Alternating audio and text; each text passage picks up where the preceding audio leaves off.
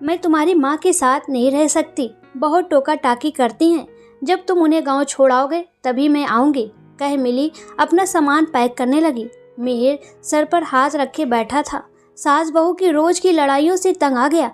किसको समझाएं किसको छोड़े, दोनों ही तो दिल में बसते हैं। दरवाजे की तेज आवाज से मिहिर की तंद्रा भंग हुई। जब तक मिली को रोकता मिली जा चुकी थी। कमरे में लौट मिहिर उदास हो गया। शादी के अभी 2 साल ही हुए थे। साल भर तो वो और मिली बहुत एंजॉय किए।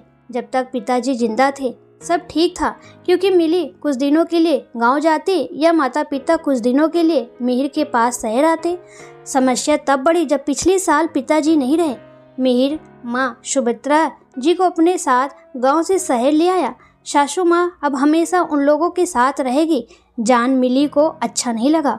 उसको अपनी आज़ादी में रुकावट लगने लगी। सासू माँ पहले कुछ दिनों की बात होती थी तो वो एडजस्ट कर लेती थी, पर अब हमेशा की बात थी। सासू माँ भी अब पहले जैसे नहीं रही। अक्सर मिली के बनाए खाने में नुक्ताचीनी करती थी। मिली को पसंद नहीं आता था। टैक्सी में बैठी मिली गुस्से से उबल रही थी। घंटे भर बाद मैके पहुंची तो वहाँ ताला बंद मिला। अब तो मिली को और गुस्सा आया। माँ उषा जी को फ़ोन किया तो माँ ने उठाया नहीं। लगातार 3-4 बार जब माँ का फ़ोन नहीं उठा तो मिली चिंतित हो गई। गुस्से में घर से निकल आई। नाश्ता भी नहीं किया था। अब जोरों की भूख लग रही थी। घर का ताला उसे मुंह चिढ़ा रहा था। थक कर मिली वहीं सीढ़ियों पर बैठ गई। मोबाइल उठा उसने भाभी नीरा को फ़ोन लगाया। फ़ोन तुरंत उड़ गया। कहाँ हो आप लोग? माँ कहाँ है? इतनी बार फ़ोन कर रही हूँ, माँ ने उठाया नहीं। सब ठीक है ना? गुस्से से मिली बोली। हाँ मिली दी, सब ठीक है। माँ मेरे साथ बाजार आई है दिवाली के लिए शॉपिंग करने। लो आप माँ से बात करो, कहे नीरा ने फ़ोन उषा जी को दे दिया।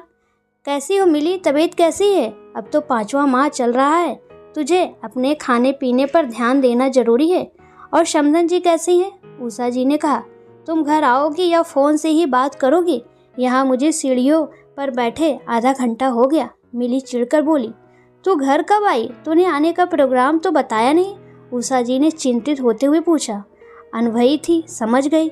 आज मिली फिर झगड़ा करके आई है। लोकल मायका होने से मिली जब देखो तब रूठ कर मायके आ जाती है।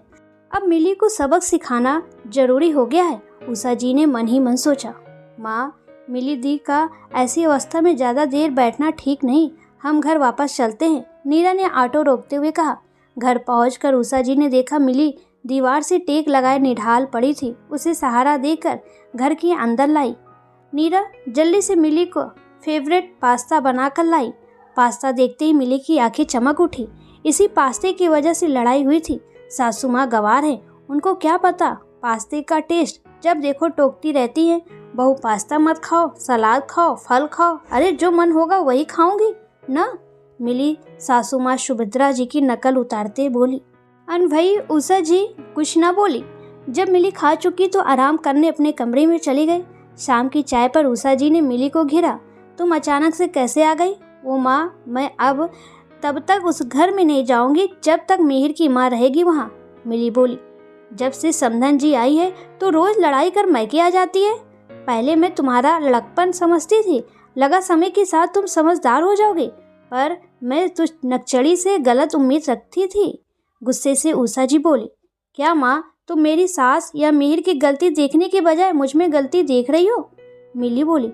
जो सही है मैं उसका साथ दूंगी, उषा जी ने नाराजगी से कहा।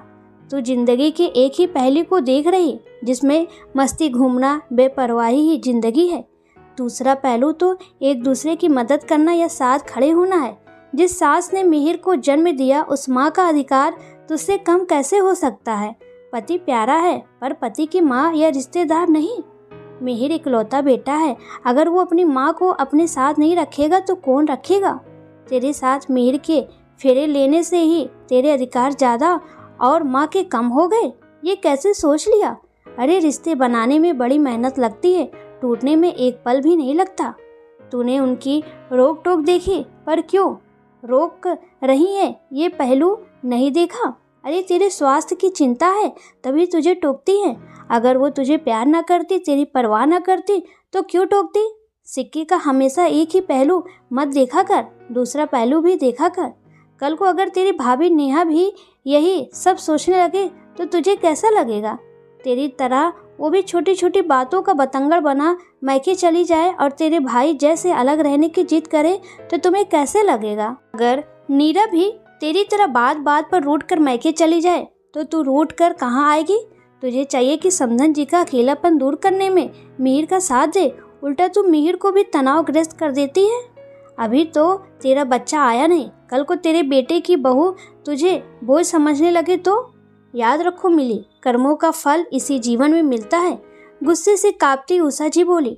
माँ शांत रहिए, तनाव से आपका बीपी बढ़ जाएगा। पानी का गिलास उषा जी को देती नीरा बोली। मिली शांत सर झुकाए बैठी थी। सच ही तो कह रही है माँ, रिश्ते बनाने पड़ते हैं। रात भर मिली सो नहीं पाई। सुबह उठते ही उषा जी के पास आकर बोली, माँ आप ठीक कह रही थी, मैं ही स्वार्थी हो गई थी। अब मैं अपने घर जा रही हूँ। दिवाली के लिए सासू माँ और मिहिर के साथ शॉपिंग भी तो करना है। मुझे अपने घर के साथ रिश्ते भी संवारना है। सुबह उठते ही मिहिर का फ़ोन कर दिया था, आज छुट्टी ले लो, माँ के साथ शॉपिंग करने चलना है। अटैची ले बाहर जाने वाली थी कि सुमित्रा जी की आवाज़ सुनाई दी। अरे बहू फिर भारी सामान उठा लिया? ये आजकल की लड़कियां कुछ समझती नहीं। चौंक कर मिली ने देखा तो मिहिर और सुमित्रा जी के साथ माँ पापा और नीरा संग भाई भी मुस्कुरा रहे थे। मिली को जीने का मंत्र मिल गया। परिवार में रिश्तों का अपने से ही संवारा जा सकता है।